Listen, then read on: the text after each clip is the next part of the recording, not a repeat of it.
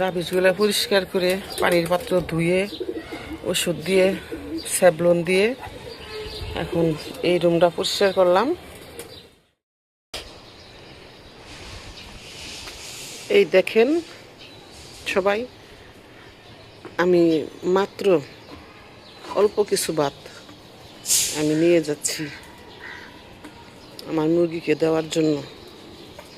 যেখানে আমার 2 পট চাউলের ভাত লাগে মুরগির, সেখানে আমি এই কটা ভাত নিয়ে যাচ্ছি। হ্যাঁ, তার কারণ আপনাদেরকে আমি বলবো, মনটা বড় ভাত আমার আজকে খুব কষ্ট হচ্ছে। জানি না কোন ভুলের কারণে আমার এই সর্বনাশ হলো। আমি কি ভাষায় বলবো আর কি বলবো, আমার খুব কষ্ট লাগতেছে। যেখানে আমি 20টা 22টা 25টা করে ডিম পেতাম, সেখানে আমি আজকে শূন্য। আজকে আমি আপনাদের সাথে শেয়ার করতে চাচ্ছি সব। আমার মুরগি নিয়ে আমি কিছু কথা বলবো। আমি এই মুরগিগুলো খুব শখ করে পালি, খুব আদর ভালোবাসা দিই। আমি খেতে বসলে আমি যে ভাত খাই, আমি সেখান থেকে ওদের জন্য এক মুঠ ভাত হলো আমি রেখে দিই। আমি সবগুলা ভাত খাই না, কারণ ওরা অন্যান্য খাবারের সাথে সাথে ভাতটা খুব পছন্দ করে, কিন্তু ভাত তো খাওয়ানো যায় না, কারণ এমনিতে ওরা অনেক শরীরে চর্বি হয়ে গেছে, মানে তেল, এই কারণে ভাতটা কম দিই।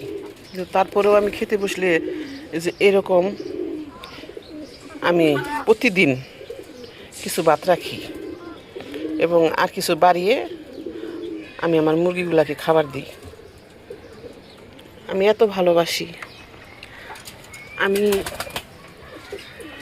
অনেক চাপের মুখে আমি মুরগির খামার করছি। আমার হাজব্যান্ড, আমার সন্তানেরা সবাই বাধা দেয়, এসব করতে হবে না। কিন্তু আমি সব সময় সবাইকে বুঝাই যে আমি এগুলো না করলে বাঁচবো না। আমার প্রত্যেক মানুষের একটা ভালো লাগা ভালোবাসার জায়গা থাকে, সেটা হচ্ছে আমার এই ছাদ, আমার ছাদের গাছ, আমার মুরগি, আমার কুকুর, আমার বিড়াল, আমার কবুতর, মাঝখানে আমি হাঁসও পালছি। সেগুলা বিভিন্ন কারণে বাদ দিয়ে দিছি। আমার 7টা 8টা হাঁস ছিল, কিন্তু দুঃখের বিষয় আমি আমার মুরগিগুলোকে রাখতে পারলাম না।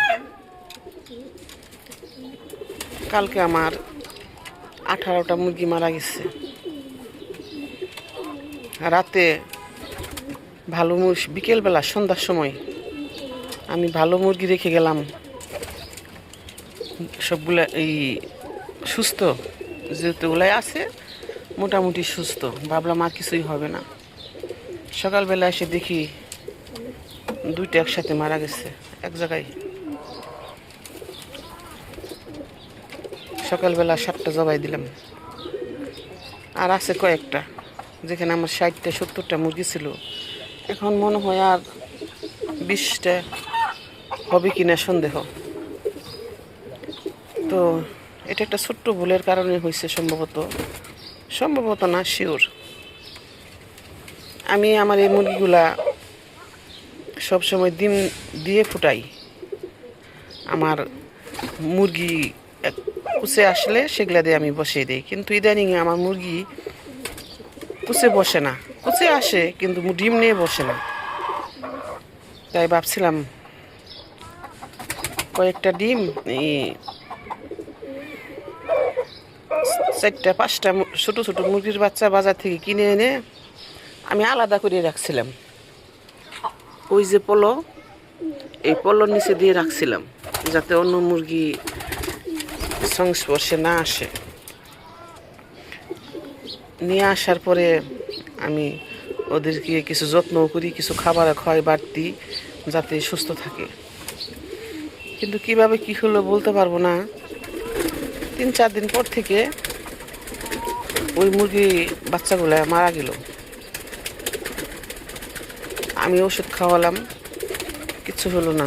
সেই সাথে আমার আরও 7টা ফুটুন্ন বাচ্চা ছিল যার বয়স 4 মাস, সেগুলোও মারা গেল। টোটাল ওখানে মারা গেল 10টা, আর এখান থেকে গেল 7-8টা 8টা। তাহলে সর্বমোট গেল কয়টা? 18টা। আর জবাই করে ফেলছি 12টা 14টার মতো, 14টা না 15টা জবাই করে ফেলছি। আর এগুলো বাকি আছে কিছু, দেখি মনে হয় টিকবে না। ওই যে মোরগ একটা জমতেছে, এই মনে হয় এটারও বিকেলবেলা জবাই দিতে হবে। হ্যাঁ, শখের জিনিস, বড় শখের জিনিস, আমার বড় ভালোবাসার জিনিস এভাবে শেষ হয়ে গেল আমার। নে তোরা ভাত খা, দেখ তোরা ভাত খা, দেখ তো তোদেরকে আর আমি এভাবে খাওয়াতে পারবো কিনা।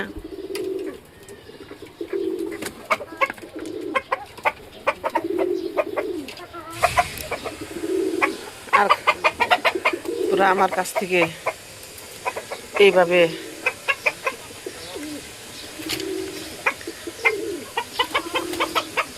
খেতে পারবি কিনা।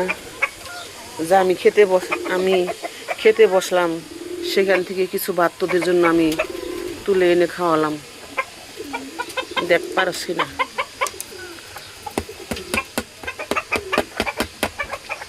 খা খা তো সোনারা, খা খা, তোরা খা, আমি দেখি।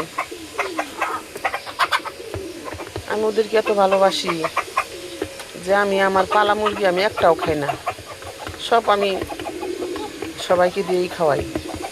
আমি খেতে পারি না, আমার কষ্ট হয়, কারণ নিজ হাতে পালি, আমি মুখে দিতে পারি না ওদের মাংস। এত ভালোবাসা, এত যত্ন, এত সবার কথা, সব কিছু অপেক্ষা করে আজকে আমার খামারটা শেষ হয়ে গেল। হয়তো জানি না কি করব।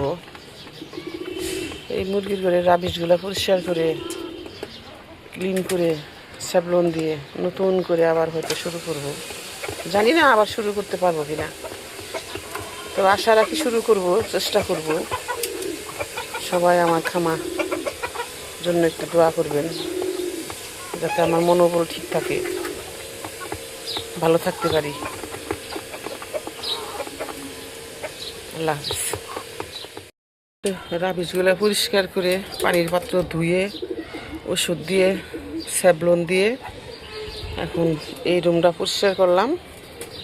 এখন যে কয়টা ভালো আছে এখানে এনে রাখবো, আর যে কয়টা সন্দেহজনক ওখানেই থাকবে। দেখি আল্লাহর কি করে, দু একটা বাঁচাতে পারি কিনা। এই তো সব রাবিশ এতক্ষণ বের করলাম। এই তো রাবিশগুলো এখানে এসে এনে জড়ো করছি, পানি দিয়ে ভিজিয়ে রাখতেছি। এগুলো অনেক দিন ভিজিয়ে রাখলে কাদা হয়ে যাবে, মাটি হয়ে যাবে, গাছের জন্য সার হবে।